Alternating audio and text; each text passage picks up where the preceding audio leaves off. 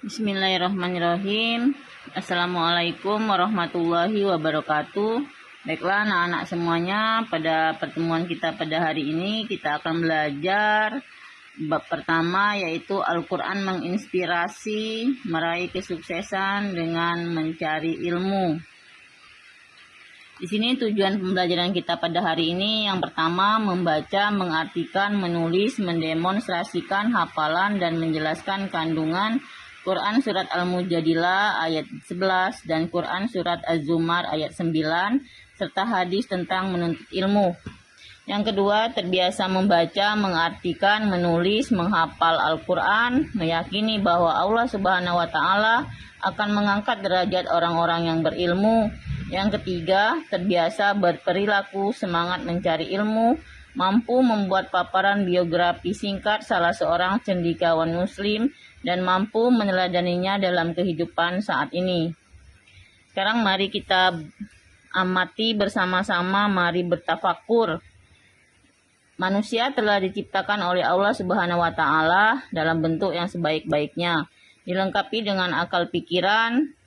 Dengan akal yang diberikan Allah Subhanahu wa Ta'ala, manusia mampu menguasai ilmu pengetahuan dan mengembangkan daya kreativitasnya untuk menjadikan kehidupan menjadi lebih baik.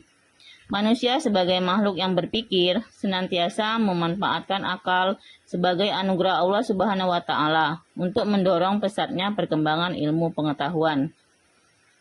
Allah Subhanahu wa Ta'ala memerintahkan kita untuk senantiasa mencari ilmu, baik ilmu agama maupun ilmu pengetahuan umum.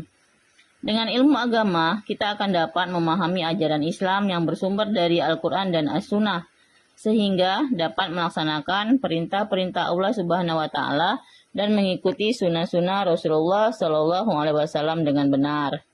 Titik fokus pembelajaran kita pada hari ini ada 10. Yang pertama, Quran Surat Al-Mujadilah. Yang kedua, Quran Surat Az-Zumar. Yang ketiga, ilmu tajwid. Yang keempat, tanda wakof. Yang kelima, hukum mencari ilmu. Yang keenam, karakter orang yang berilmu. Yang ketujuh, karakter orang yang berilmu, pengetahuan, agama dan umum. Selanjutnya, ulul albab, dan yang terakhir, cendekiawan muslim. Tolabul ilmi, mari amati yang A, yaitu mari kita bersama-sama membaca Quran Surat Al-Mujadilah, surat ke-58 ayat 11, yang berbunyi, A'udzubillahi minasyaitonirrajim, Bismillahirrahmanirrahim. Ya ayyuhallazina amanu iza qila lakum tafassahu fil majalisi fafsahu yafsahillahu lakum wa iza qila nzuzu fanzuzu yarfa'illahu allazina amanu minkum wallazina utul ilma darajat wallahu bima ta'maluna khabir. Yang artinya, wahai orang-orang yang beriman, apabila dikatakan kepadamu, berilah kelapangan di dalam majelis-majelis, lapangkanlah, niscaya Allah akan memberi kelapangan untukmu. Apabila dikatakan berdirilah, kamu berdirilah. Allah niscaya akan mengangkat orang-orang yang beriman di antaramu dan orang-orang yang diberi ilmu beberapa derajat. Allah Maha teliti terhadap apa yang kamu kerjakan. Selanjutnya, kita akan membaca Quran Surat Az-Zumar, surat ke-39 ayat 9. A'udzubillahi minasyaitonirrajim. Bismillahirrahmanirrahim. Amman huwa qanitun anal laili sajidaw wa qa'imay yahzarul akhirah wa yarju rahmata rabbi kul hal yastawil lazina ya'lamuna wal lazina la ya'lamun innama yatazakkaru ulul albab. Yang artinya, apakah orang musyrik yang lebih beruntung ataukah orang-orang yang beribadah pada waktu malam dalam keadaan bersujud, berdiri, takut pada azab akhirat dan mengharapkan rahmat Tuhannya? Katakanlah, Nabi Muhammad, apakah sama orang-orang yang mengetahui hak-hak Allah dengan orang-orang yang tidak mengetahui hak-hak Allah? Sesungguhnya hanya ulul albab, orang yang berakal sehat yang dapat menerima pembelajaran. Quran Surat Az-Zumar, surat ke-39 ayat 9.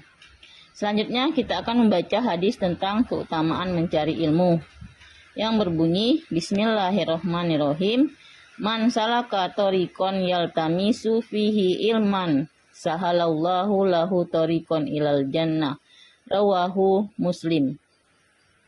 Artinya, barang siapa yang menempuh jalan untuk mencari ilmu, maka Allah akan mudahkan baginya jalan menuju surga. Hadis riwayat Muslim.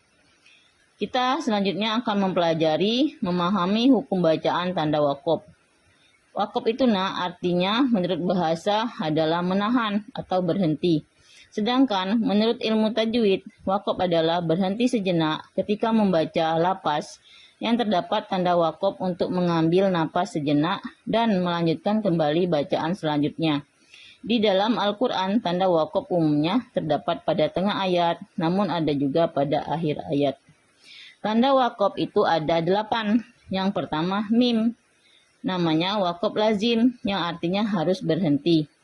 To, wakaf mutlak, artinya harus berhenti.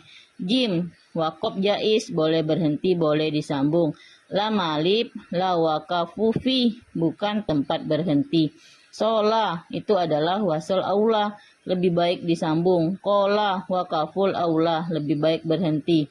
Ini ada wakaf sakta, yaitu boleh berhenti sejenak tanpa mengambil napas. Ada titik 3, itu namanya wakaf mu'annaqo, berhenti pada salah satu tanda.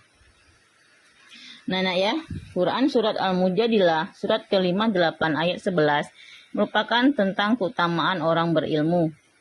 Dalam Quran Surat Al-Mujadilah ayat 11 ini dijelaskan bahwa Allah Subhanahu wa Ta'ala akan memberi kelapangan bagi orang yang memberi kemudahan atau kelapangan kepada orang lain. Melalui ayat ini, Allah Subhanahu wa Ta'ala mendidik hamba-hambanya yang beriman untuk berbuat baik kepada sesama, baik di dalam maupun di luar majelis. Sebagian ulama di antara Qatadah, Daud bin Hind dan Hasan, kata dilapangkan atau diluaskan oleh Allah Subhanahu wa Ta'ala pada ayat adalah dalam bentuk keluasan di alam kubur, kelapangan hati, dan keluasan di dunia dan di akhirat. Pada akhir ayat, Allah Subhanahu wa Ta'ala menyatakan akan meninggikan derajat orang-orang yang beriman dan yang senantiasa mengikuti perintah-perintahnya, dan orang-orang yang berilmu pengetahuan pada beberapa derajat. Selanjutnya, di sini Bu akan menjelaskan Quran Surat Az-Zumar, surat ke-39 ayat 9, yaitu tentang semangat mencari ilmu.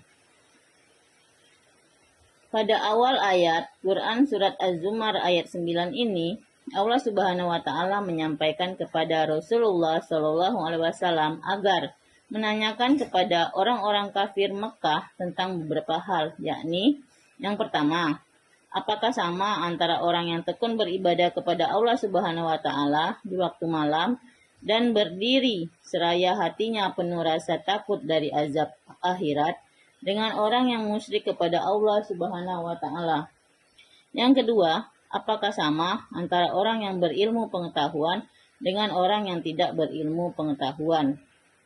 Dalam tafsir Al-Jalain dijelaskan makna ulul albab pada akhir ayat berarti orang yang berakal sehat yang dapat menerima pelajaran. Makna menerima pelajaran yaitu kesanggupan melakukan refleksi dan aksi.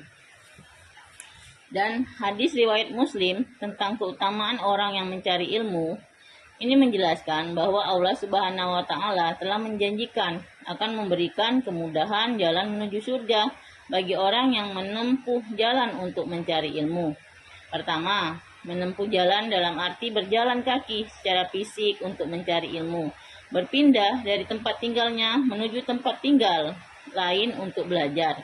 Yang kedua, menempuh jalan dalam arti menempuh cara yang dilakukan oleh seseorang untuk mendapatkan ilmu seperti membaca, menulis, menghafal, belajar dengan giat, mengkaji buku-buku agama, mengkaji buku pengetahuan, antusias terhadap ilmu yang disampaikan guru, berusaha untuk memahami, mengembangkannya, serta mengamalkannya. Di sini ada kiat upaya meraih kesuksesan dengan semangat mencari ilmu. hikmahnya nak ya. Pertama, ini ada keutamaan ilmu dalam ayat Al-Quran dan hadis Nabi. Yang pertama yaitu diangkat derajatnya. Yang kedua, takut kepada Allah Subhanahu wa Ta'ala. Yang ketiga, diberi kebaikan dunia dan akhirat. Selanjutnya, dimudahkan jalannya menuju surga. Yang terakhir, memiliki pahala. Di sini ada ibu contohkan cendekiawan muslim yang menemukan ilmu pengetahuan modern yang bermanfaat untuk kehidupan manusia. Ada Ibnu Sina yang berkontribusi besar pada bidang kedokteran dunia. Ada Al-Khawarizmi, itu bidang matematika, geografi, dan astronomi. Ada Ibnu Al-Nafis yang merumuskan dasar sirkulasi jantung, paru-paru, dan kapiler pertama di dunia. Dan masih banyak lagi ya, silakan dipelajari di buku kalian. Nah, ini ada yang harus kalian terapkan, perilaku semangat mencari ilmu. Yang pertama, berniat dengan ikhlas untuk mencari ilmu karena Allah Subhanahu wa Ta'ala. Di sini ada 13 nak ya, silakan diperhatikan, dibaca, dipahami, dan diterapkan dalam kehidupan sehari-hari.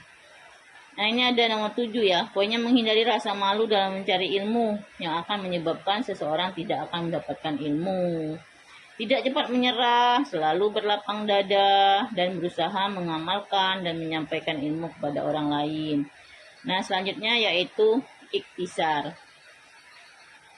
Jadi yang pertama, yang perlu kalian pahami, Al-Quran itu sebagai sumber ajaran Islam yang pertama dan utama, mengajarkan kepada kita agar selalu memanfaatkan potensi terbesar yang dikaruniakan Allah Subhanahu wa Ta'ala, yaitu akal dan pikiran.